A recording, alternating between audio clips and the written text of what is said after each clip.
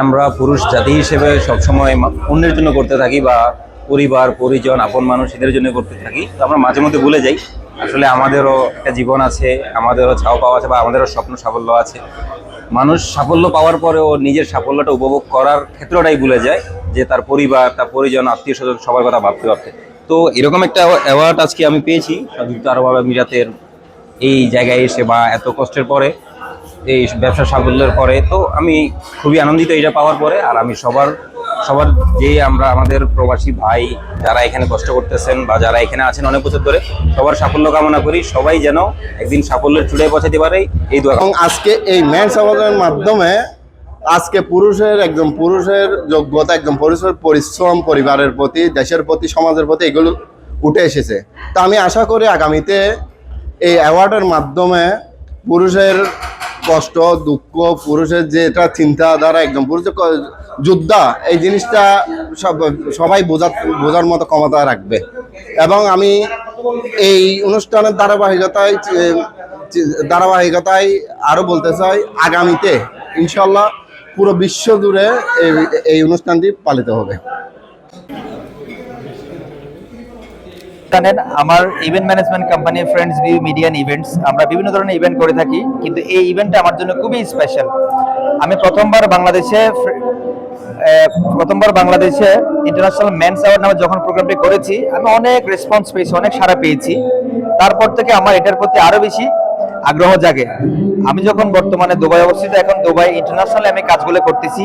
So আমার ইচ্ছা এবং আশা আকাঙ্ক্ষা আমি সারা বিশ্বের মানুষকে দেখাই দিতে চাই, এবং this is the for the first time in the male award পৃথিবীতে।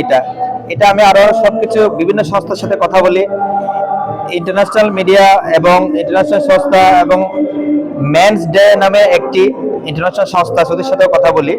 সবার কাছ থেকে আমি জানতে পারি this is the men's award for the first time in the world. So আমরা এই জিনিসটি অলিখিতভাবে আমরা স্বীকৃতি পাই। সো আমাদের আশা প্রত্যাশা হচ্ছে দুবাইতে আমরা আজকের এই অনুষ্ঠানে যত মানুষগুলোকে আমরা সাকসেসফুল ম্যান হিসেবে আমরা অ্যাওয়ার্ড দিয়েছি, এটা তার একটা উদাহরণ। ইনশাল্লাহ আমরা আগামীতে এটা আরো অনেক বড় পরিসরে আমরা আয়োজন করব, যেহেতু এই প্রোগ্রামটা বাংলাদেশ নয় সারা পৃথিবীতে প্রথম মেল অ্যাওয়ার্ড। সো এটা আমার জন্য গর্বের বিষয় না, এটা আমার বাংলাদেশের জন্য গর্বের বিষয়। এবং আমরা ভালো উদ্যোগ। প্রথমত হচ্ছে যে আমাদের পৃথিবীতে আমরা সবসময় নারীদেরকে অ্যাওয়ার্ড দিয়ে অনুপ্রাণিত করি, কিন্তু আপনার পুরুষরাই কিন্তু আপনার আজকের সমাজে বা দেশে তাদের অবদান কিন্তু অনেক, কিন্তু সেই অবদানটা কিন্তু হয়তোবা আমরা ওইভাবে অনেক অনুষ্ঠান করে তুলে ধরা হয় না। আজকে যে আয়োজন করেছে রবি ভাই, এটা নিঃসন্দেহে খুবই প্রশংসার দাবিদার। পুরুষদেরকে সম্মানিত করেছে, পুরুষদেরকে অনুপ্রাণিত করছে। সো এটি আমি মনে করি যে সবারই করা উচিত, কারণ পুরুষদের অবদান পৃথিবীতে বা আমাদের দেশে অনেক। আমি আসলে খুবই এক্সাইটেড, কারণ আজকে মেন্স দিবস, ইন্টারন্যাশনাল মেন্স দিবস, তার মধ্যে আমাকে মেন্স অ্যাওয়ার্ড দেওয়া হয়েছে।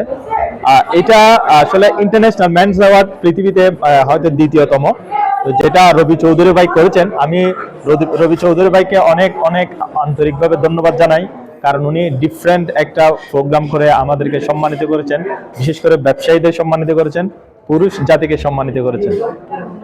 করতে পেরে আমরা অত্যন্ত খুশি, আনন্দিত। এবং প্রবাসে এইভাবে আমাদের বাংলাদেশের এবং বিভিন্ন কমিউনিটির এভাবে যদি আমাদের ইয়াদ চলে, আমরাও খুব আনন্দিত। আগামীতে আমাদের বাংলাদেশকে অনেক দূরে নিয়ে যাবে প্রবাসী। আমরা ফ্রেন্ডস অ্যাওয়ার্ডের যারা আয়োজন করেছে তাদেরকে অনেক অনেক ধন্যবাদ জানাচ্ছি।